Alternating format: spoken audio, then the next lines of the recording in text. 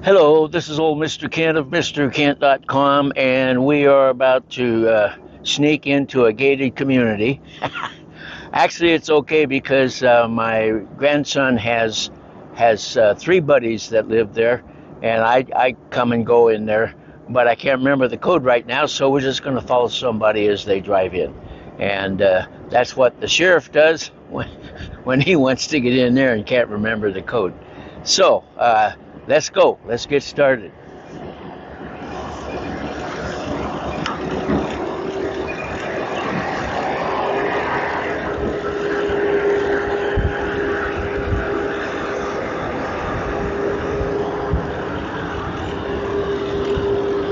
I think we're going to make it if we hurry. All right. Whew, they just started to close. All right.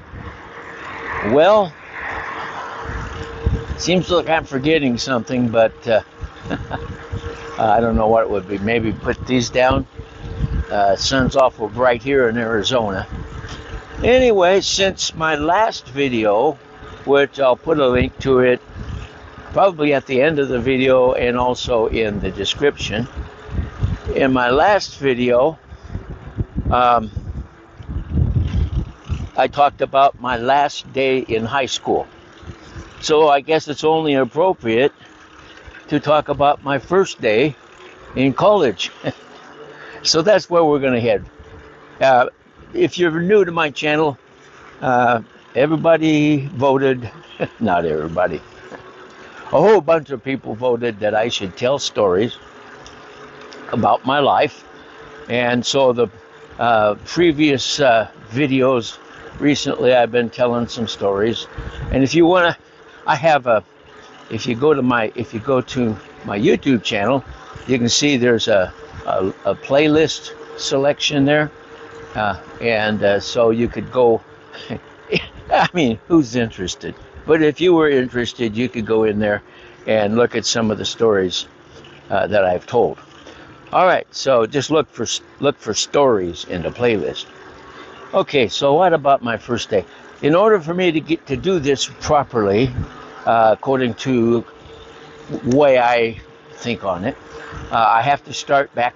I've told some of these stories before. When I was a little child, I had a disease that caused my kidneys to quit operating. They stopped. Back then, they didn't have dialysis machines, and my folks lived in Seattle, Washington area.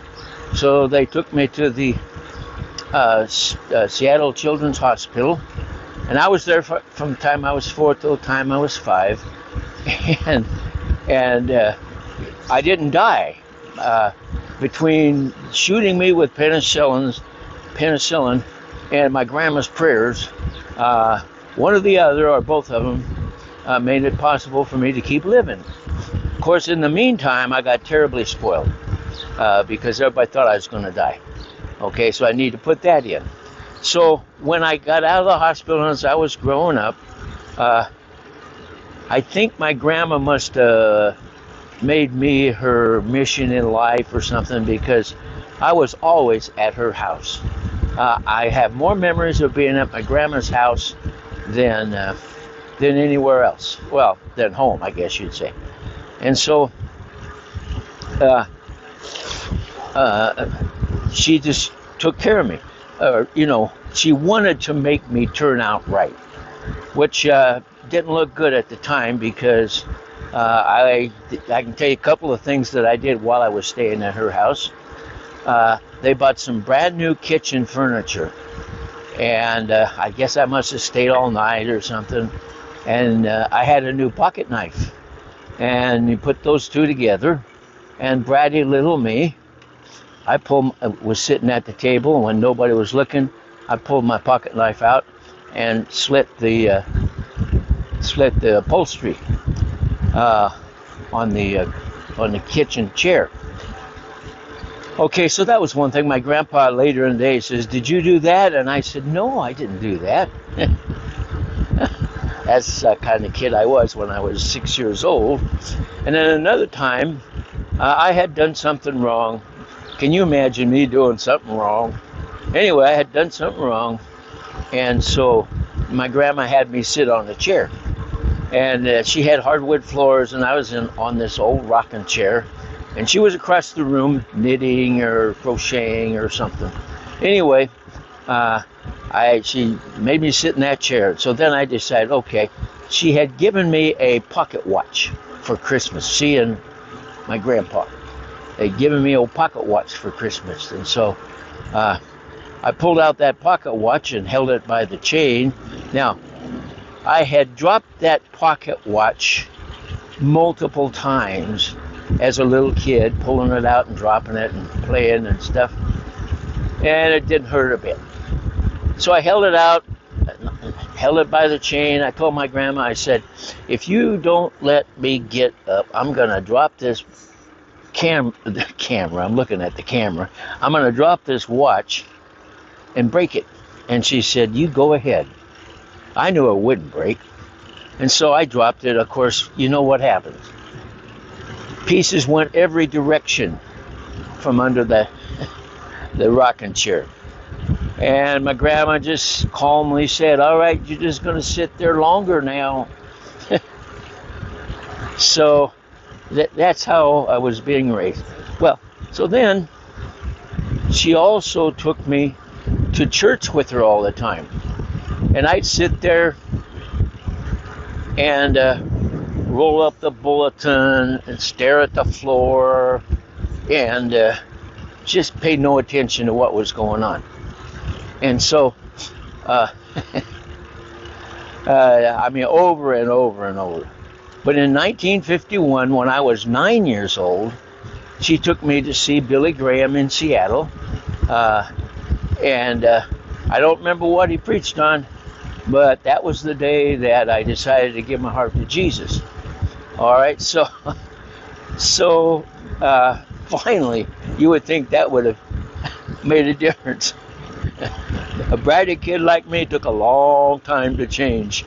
So then, as I grew up, went through high school, when I graduated from high school, I wanted to go to Bible school. And my parents, I don't know why they were like they were, but that's the way they were. They said they weren't going to pay my way to Bible. Oh, by the way, they wanted me to go to college. They said they'd pay my way to college, and made me take classes in high school that were good for college and all. And so, but I said I wanted to go to Bible school. Nope, I'm not going to pay you away to Bible school. So I ended up going to Western Washington University, it's called now. Back then it was called Western Washington Teacher Education School or something. That's where they train teachers, you know. So my parents drove me up to Bellingham from Seattle and dropped me off. And on registration day, I stood in line. Now, some of you have heard this if you've been following my channel. I had no idea. Nobody in our family had ever been to college, so I had no idea what it was like. So I stood in line, finally got up to the front, and she had these 3x5 cards. And she pulled them out, and I gave her my name. She pulled out my card, and she said, all right, what are you going to major in? And I said, what's that mean? And so then she knew she had an idiot on her hands, and so she said, well, what were you good at in high school? And I said, mechanical drawing, because what boy isn't good in mechanical drawing? And so she said, well, then why don't you major in industrial arts, which was, you'd become a shop teacher. I said, okay. And then she said, well, what are you going to minor in? And I said, what's that mean? And she looked at me with this smirk and couldn't believe how stupid I was. And she said, what else were you good at in high school? And of course I said PE. She said, why don't you minor in PE? So that's how I got all set up. All right, so now I'm going to jump ahead to when school had started. Now, my friend Henry, if you've been watching my channel, Henry and I were buddies in high school. Well, he went to the same college I went to, and we roomed together in the dormitory. Now, in the dormitory, my parents were paying for all this, like they said they would. And so we're a couple of troublemakers in in one room, and I have lots of stories I'll follow up on with that. I don't want to take all your time today, but anyway, one quick story. We were studying one night, and he was studying, working on his homework, and it was a bunk bed, and I had the bottom bunk. I was laying on my bunk with my feet up against the wall, with my ukulele and strumming a song, and he got real irritated with me, and he said, "Don't you have any homework?"